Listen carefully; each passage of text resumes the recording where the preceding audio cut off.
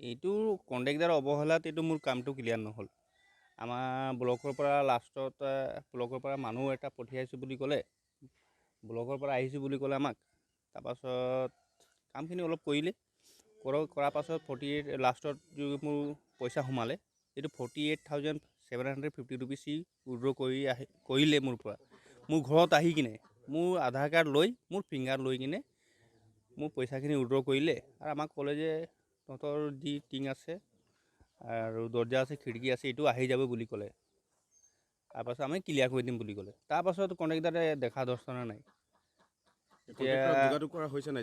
যোগাযোগ কৰিছিলোঁ মই, তো ই কৈছে যে নাই, এইটো আমি যিটো কাম আমি কৰিছিলোঁ, আমি 48,000 কাম কৰি দিলোঁ বুলি ক'লে।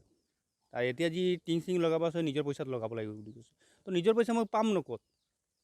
মইতো বাগানত কাম কৰা মানুহ, ক'ত পাম মই পইচা? আজি যদি কণ্ট্ৰেক্টাৰক ক'লোঁ মই যে যদি আপুনি যদি 48,000 কাম কৰিছে, আহি কিনে মোক দেখাই দিয়ক। তাৰপাছত এই অহাই নাই এতিয়ালৈকে। ফোন কৰিলে মানে কণ্ট্ৰেক্টাৰৰ লগত যোগাযোগ কৰিলে কি বুলি কয় তেওঁ? ই উল্টাইকে কয় যে নাই, এইটো 48ৰ কাম আমি কৰিলোঁ, তহঁতক যি কৰিব আছে আমাক কৰি দে বুলি কৈছে। দাবী ধমকি দিছে নেকি? দাবী ধমকি এনেকৈ দিয়া নাই, মই ধমকি দিয়া লিখিয়া কৰিছিলোঁ যে এনেকৈ যদি আপুনি কৰে তেতিয়াহ'লে মই কেছ দিম বুলি ক'লোঁ। তেতিয়া ক'লে যে হয়, যাক দিব আছে, য'ত কেছ দিব আছে দি বুলি ক'লে। এই বিষয়টোৰ ওপৰত মানে BDO মহোদয়ক আপোনালোকে অৱগত কৰিছে নাই? দুদিন আগত মই গৈছিলোঁ BDO ছাৰৰ ওচৰত। BDO ছাৰৰ ওচৰত গ'লোঁ আৰু ডিটেইল কথাটো ক'লোঁ। তো BDO ছাৰে ক'লে এইটোতো ফ্ৰড কেছ হয়। তো এইটো থানাত এজাহাৰ দিয়ে বুলি ক'লে। থানাত এটা এজাহাৰ দি থৈছোঁ আমি। তাৰপাছত তাত ছাৰ আৰু বাইদেউ কৈছে যে ঠিক আছে, আমি তাক মাতি কিনে তোৰ কামটো ক্লিয়াৰ কৰাই দিম বুলি কৈছে। এইটো ঠাইত আৰু এনেকুৱাকৈ মানে সম্পূৰ্ণ নোহোৱাকৈ আমাৰ ৰামকানাই ৱাৰ্ডত আৰু এটা আছে ঘৰ, সিহঁতিয়ে কৰা কাম। এনেকুৱাকৈ আৰু বেলেগতো কৰিছে মানে এইটো? কৰিছে। মই ৰিপৰ্ট পাইছোঁ, বাগৰদিয়াতো ৰিপৰ্ট পাইছোঁ। বাগৰদিয়াতো ক্লিয়াৰ কৰি দিলে তাৰ ক্লিয়াৰ কৰিলে। আমাৰ ৰামকানাই দুটা মানে ঘৰ এনেকাই আধা সুধৰা হৈ আছে। এজন স্থানীয় বিধায়ক তেৰছ গোৱালা ইয়াতে আছে, এজন স্থানীয় মানে দক্ষ বিধায়ক হিচাপে।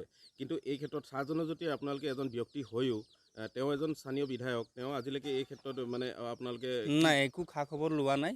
তাৰপাছত আমাৰ যি ৱাৰ্ড মেম্বাৰ আছে, ৱাৰ্ড মেম্বাৰেও আমাৰ খা খবৰ লোৱা নাই যে কি হ'ল, মানে ঘৰটো এতিয়ালৈকে তহঁতি ক্লিয়াৰ কৰা নাই। আৰু মোৰ এটা কি আছে যে অহাই নাইতো কি ক'ম আৰু মই। প্ৰথমেতো ৱাৰ্ড মেম্বাৰে কাম হয় এইকেইটা, যি আমাৰ আঁচনি আহে ৱাৰ্ড মেম্বাৰক কণ্টেক্টটো ল'ব লাগে বা মানুহ এটা লগাই কিনে কামখিনি কৰাই দিব লাগে। তো ৱাৰ্ড মেম্বাৰক মই প্ৰথমেই কৈছিলোঁ যে মোৰ কামটো কৰাই দিয়ক আপুনি। তাৰপাছত ৱাৰ্ড মেম্বাৰে নকৰালে। তাৰপাছত আমাৰ গ্ৰাম পঞ্চায়তৰ যোনটো আমাৰ পঞ্চায়তৰ পৰা হিতেশ্বৰ বুলি এটা আমাৰ দাদা এটা আছে, সি আছিলে মানে তাৰ লগত আহিছিলে কণ্ট্ৰেক্টাৰ যি আছিল, কণ্ট্ৰেক্টাৰকেইটা এটা জনামতে শুক্ল দাস, আৰু যোনটো মোৰ কাম কৰিছিলে এইটো শ্যামল দাস। মোৰ কণ্টেক্টত শ্যামল দাস বুলি আছে। তেওঁ অলৰেডি আপোনাৰ পৰা গোটেই পইচা লৈ গৈছে? গোটেই পইচাটো লৈ গৈছে। মোৰ এটাই আশা আছে যে কণ্ট্ৰেক্টাৰ এজন আহক আৰু মোৰ হিচাপটো দেখাই দিয়ক।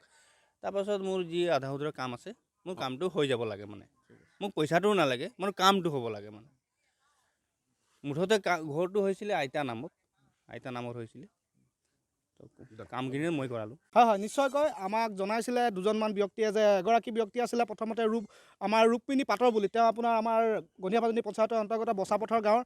তেখেতক বোলে শুক্ল দাস বোলা এগৰাকীয়ে BJP কৰ্মী বুলি তেওঁ উল্লেখ কৰিছে। BJP কৰ্মীয়ে তেওঁ যিহেতু লুটি খাইছে, তেওঁৰ যিহেতু আপোনাৰ আজি এবছৰ অধিক কাল হ'ল, তেওঁ ঘৰ বনাই দিম বুলি তেওঁৰ পৰা টকা ল'লে, টকা লৈ পিনে ঘূৰাই দিয়া নাছিলে। সেই অনুপাতে আকৌ আমি খবৰ পাইছোঁ যে আমাৰ গন্ধীয়াপাজনি পঞ্চায়তৰ বিশাল লোহাৰ বুলি তেওঁৰ পৰা আপোনাৰ 48,000 কিমান টকা তেওঁৰ পৰা ঘৰত আহি পিনে ভুৱা কৰি তেওঁলোকে 3জনমান লোক আহি শুক্ল দাস, তাৰপৰা আপোনাৰ শ্যামল দাস আৰু এগৰাকী কোনোবা আহিছিলে বুলি কৈছে বেংকৰ বিষয়া, তেওঁ ইমান ভালকৈ নাজানে, হয়তো নহ'বও পাৰে।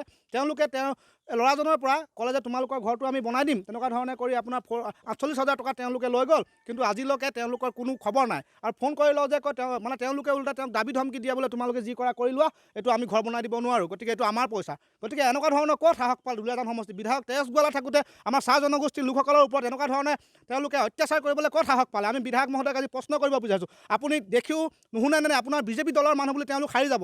গতিকে যদি হাৰি নাযায় আপুনি অতি সোনকালে আমাৰ আৰক্ষী প্ৰশাসনৰ লগত যোগাযোগ কৰক আৰু তেওঁলোকৰ ওপৰত কঠোৰ ব্যৱস্থা গ্ৰহণ কৰিবলৈ আমি দাবী জনাইছোঁ। আৰু আমাৰ দুখীয়া লোককেইজন যাতে তেওঁলোকৰ ঘৰটো সম্পূৰ্ণৰূপে নিৰ্মাণ কৰিব লাগে আৰু তাতে তেওঁলোকে উচিত তদন্ত হয়, আৰু আমি সেইটোৱে বিচাৰিছোঁ। আৰু যাতে আমাৰ অঞ্চলত তথা আমাৰ দুলীয়াজান সমষ্টিৰ কোনো ৰাইজ এনেকুৱা ধৰণে আমাৰ কি বুলি কয় লোকৰ প্ৰবঞ্চনাৰ সন্মুখীন হ'ব নালাগে। আপুনি অতি সোনকালে বিষয়টো উচিত তদন্ত কৰি তদাৰক কৰক। লাগিলে আপোনালোকে বিশাল লোহাৰৰ ঘৰত আহক, আপোনালোকে ৰুক্মিণী পাটৰৰ ঘৰত আহক, আহি পিনে আপোনালোকে চকুৰে প্ৰত্যক্ষ কৰক আৰু আমাৰ লোককেইজনক আপোনালোকে অতি সোনকালে ঘৰটো বনাই দিয়াৰ ব্যৱস্থা কৰিব লাগে।